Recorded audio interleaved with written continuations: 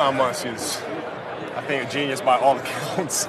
But his commitment and his work, like I asked him one time about how does he learn? And the amount of research and the amount of study that he does is unheard of. But he'll always say the most important thing is imagination. So you can learn anything that you want to learn. You can study all these things that you have in a book, but if you don't have the imagination to then take it to another level, it doesn't mean anything. And I think Elon was when I sat down and spoke with Elon for a couple of hours, it was really, really enjoyable. Welcome to Electrified. It's your host, Dylan Loomis. Quick shout out to my new or updated patrons, John and RJD. Thank you for choosing to support the channel. First up today, Troy Tesla's job just got a little bit more complicated as now Tesla in China is going to use trains to transport some vehicles. The first train carrying 120 Model 3 and Ys departed Shanghai last week. As Tesla grows from delivering 1.3 million vehicles a year up to 10 million, the logistics will become more challenging as well, but it gives Tesla another area to find ways to be more efficient. There was a Tesla crash last year in Newport Beach that was painted in the headlines as Tesla's autopilot being the problem. Well, the data retrieved from the car's onboard computer revealed that no driver assist function was activated.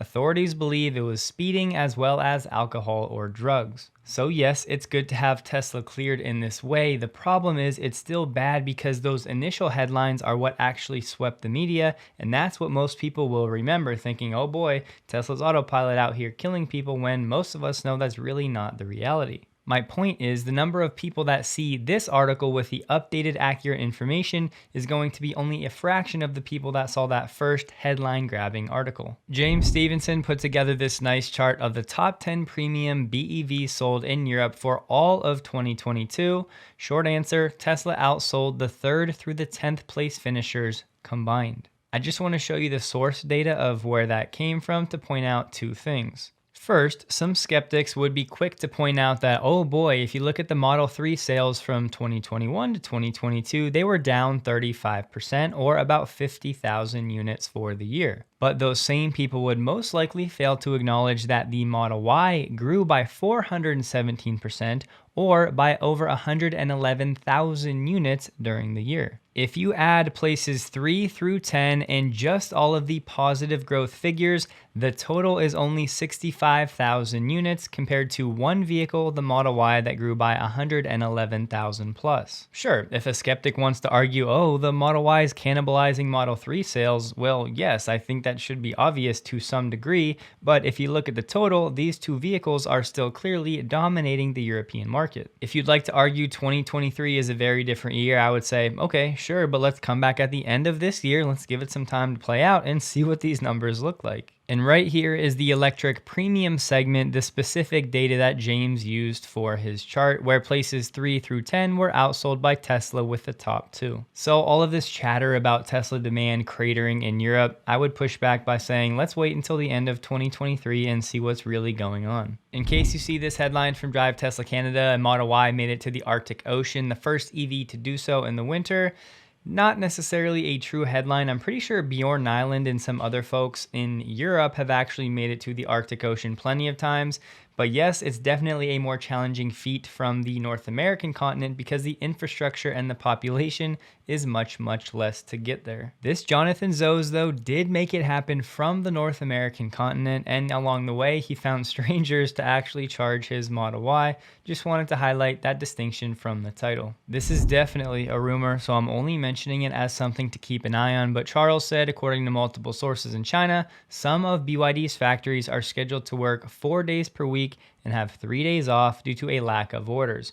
So I went ahead and translated this supposed source, and here's what we get. Most importantly, according to rumors, some of BYD's production lines started to take a 3-day break on Thursday. It's because the orders can't keep up. For BYD, the pressure of the rapid decline in demand is more likely than other manufacturers. The summary of this section is that BYD has built out a lot of capacity, but if demand falls and they start underutilizing all of that factory capacity, then it's not so great. One point I think many people are sleeping on that this blog does point out is that as oil prices fall, The cost of ICE vehicles in China are also falling, but there is that price war where ICE vehicles are also seeing their prices reduced, and we'll touch more on this in a second in a future article. So honestly, I did hesitate to share this because I could not corroborate this with any of the main media outlets, but I at least wanted to share it, and we'll watch from here. Just be cautious. Tesla Scope shared a quick thread on the rollout of FSD version 11. Just want to highlight one thing. On eligibility, vehicles that are on a 2023.x branch of software updates are ineligible for this update and will need to wait for a subsequent release. They've been given a loose timeline as the end of this month, but they cannot guarantee that. Meaning, thus far, it's only vehicles on 2022.x.x software branches that are actually receiving FSD version 11. And yes, most newer vehicles are on a 2023 branch, which again does not yet have the FSD version 11. Basically, Tesla makes this kind of complicated. There's a main software version, the 2023 or 2022 that's kind of paired or branched with other features. Some of those features could be the FSD Beta, which would be 11.x.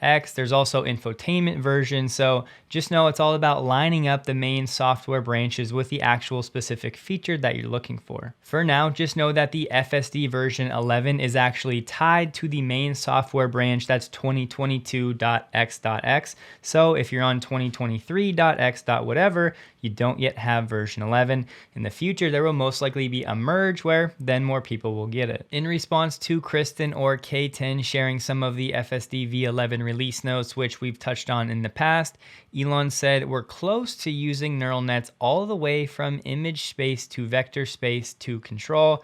I would just emphasize we're close could mean many things. This could still be months, if not years away." Green the Only, who is a notable Tesla software hacker, said that this new version includes Vision Auto Park. He meant to say Park Assist with the USS-less vehicles. All the vehicles that had the sensors removed, they're now getting some of those features back. Tesla's Vision Park Assist is providing visual and audio alerts of surrounding objects. Feature uses the occupancy network to predict high-definition outlines of objects 360 degrees around the car. The question was posed if this new Tesla Vision was going to be better than actually having the ultrasonic sensors, to which Green said, "Considering right now this feature is only enabled on cars that don't have the ultrasonic sensors, Green would guess it's inferior or not as good as the real ultrasonic sensor experience." But in fairness, I would push back and say this feature is literally just being rolled out, so this is the worst that it's going to be. We should give it some time to actually, one, see how it works in the field, and two, give it time to improve. Importantly, for now, Green was asked if this is just for FSD-enabled Teslas, to which Green said yes on the latest FSD beta. So that's what I mean. As far as I can tell right now, this new feature has not been tested in the real world that much, and most people don't even have the feature yet. So to criticize the performance seems a bit premature to me unless I'm missing some real world testing. For now, it looks like this feature is just for folks in the United States or Canada and that have also applied to the FSD beta to have access. So if you're in Europe, you're still waiting. So honestly, zooming out, I think the main takeaway should be a positive one that Tesla is finally, after months of removing ultrasonic sensors from some newer vehicles, they're now rolling out and replacing some of those features with the new Tesla Vision. And again, I think it'll take some time for one, more people to actually have this feature, and then two, for Tesla to have more real world data to then continually improve on this new feature using Tesla Vision only, finally replacing some of those features that many people have been complaining about now for months. Maybe many is not the operative word, but rather a small yet loud cohort of people. This is a neat new initiative from Tesla. Their first remote test drive hub in Europe is now open in Sweden. You simply book an appointment on the website, call them when you've arrived on site. They will remotely unlock the car for you. They'll walk you through some of the basics. You can then test drive it for 30 minutes and drop the vehicle off at the same location. More hands-off, automation, simplicity at its finest. A quick random anecdote, Elon said he walked the production line at Giga Texas today. This was yesterday on Sunday. The real question is, was it the Model Y line or the Cybertruck line? From the Wall Street Journal, UBS analyst Patrick Hummel had an interesting exchange with VW executives. Hummel said, "I really struggle to see how VW is going to have an affordable EV that's profitable to you in a couple years' time. I agree. The executive said, "We're very aware that competition will become tougher, so we try to stay as fixed as possible on the overhead cost side. The problem here is if you can't spend capital to actually have custom-built EV lines or to do some engineering to actually figure things out, things like, gigacasting, structural packs, etc., it's just going to make it that much harder to have an affordable EV around $30,000 for VW. And by the sounds of things, VW will be strictly relying on getting to economies of scale, which is going to rely on selling this vehicle.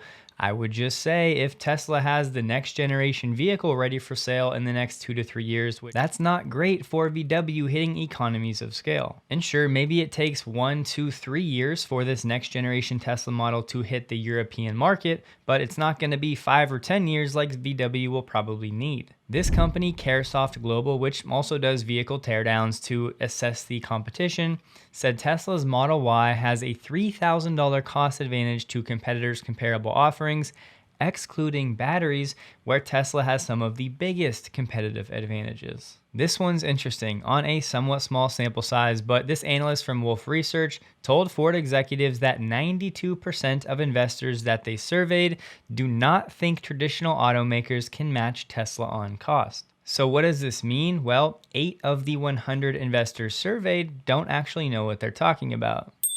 This one was actually funny. They called Adam Jonas a longtime Tesla bull, the same guy that had a $10 Tesla stock price target just a few years ago when the stock price was over $200. We've been over that, but he said, in a race to the bottom, we seriously question how the competition can keep up. I told you we'd come back to the price wars and specifically some of the ICE vehicles that are also trying to sell their vehicles by lowering price. This first point is not about an ICE vehicle, but the Mach-E cut $6,000 off the price until the end of April. Only 84 Mach-E's were sold in China in February compared to 1,500 in December. A Ford spokeswoman confirmed this, saying it was a stock clearance. So here's another narrative that's being slept on in the Chinese auto market. Dealers of gas-powered cars want to clear out about 500,000 vehicles in inventory because these vehicles will not meet tighter emission standards that will take effect in July of this year. So what we have here is legacy OEMs rushing to sell a bunch of ICE vehicles before this deadline kicks in, which is also going to put pressure on the EV market because relative to these ICE vehicles that are being slashed in cost, the EVs are going to be relatively less attractive, especially now that the main EV incentives are gone. So all of this to say, the Chinese auto market is super competitive right now, and it's going to be a choppy year the way things are shaping up. The Tesla app version 4.19 has been updated with a few new features. One is what you can see mobily for your car charging. It'll now tell you specifically how much less energy you have because your battery is cold, and these ticks that show the 10%, which is this is set on the 80% charging limit, are now available all the time, not just when you're moving the slider. There's a cool new Bluetooth feature if you have the Stats app and an Apple Watch where you can use it as a key without opening any apps, without tapping on your watch at all. It just will open the vehicle. So if you want to run or surf without your phone, well, this could be a good option for you. Yes, some people complain it's a bit pricey at $5 a month or just over $100 for a lifetime access, but I thought this could be useful for some, and some others to check out could be Tessie or Watchla. The new CEO of Toyota said we want to ensure that hydrogen stays a viable option. This despite the fact that there's a lack of infrastructure in pretty much every nation. That remains a significant hurdle. Unless we see evolution there, we can't expect a volume increase in the energy's use, but they're apparently going to pursue this anyway. Rivian's chief engineer has left Rivian to go back to McLaren, and over the last 6 months or so, Rivian has now lost over 5 different executives. It's always tough, if not impossible, to tell if there's an underlying problem at the company or if this is just turnover in the tech and auto industry per the usual, because in the past days of Tesla, they went through similar things. In case you see this Drive Tesla Canada headline and think this may be a misspelling of the former F1 champ Sebastian Vettel, no, sadly I have to report that is not the case. This has nothing to do with the former F1 driving champ. From the New York Times, since January, the price of lithium has dropped by 20%, cobalt has fallen by more than 50%, copper has declined by 18%. The sharp moves have confounded many analysts. It doesn't take much. As I always say, things like this will have a 2 or 3 quarter lag before we see this fall in spot prices actually reflected in a company's financials. You can find me on Twitter at DylanLoomis22. Hope you guys have a wonderful day. Please like the video if you did, and a huge thank you to all of my Patreon supporters.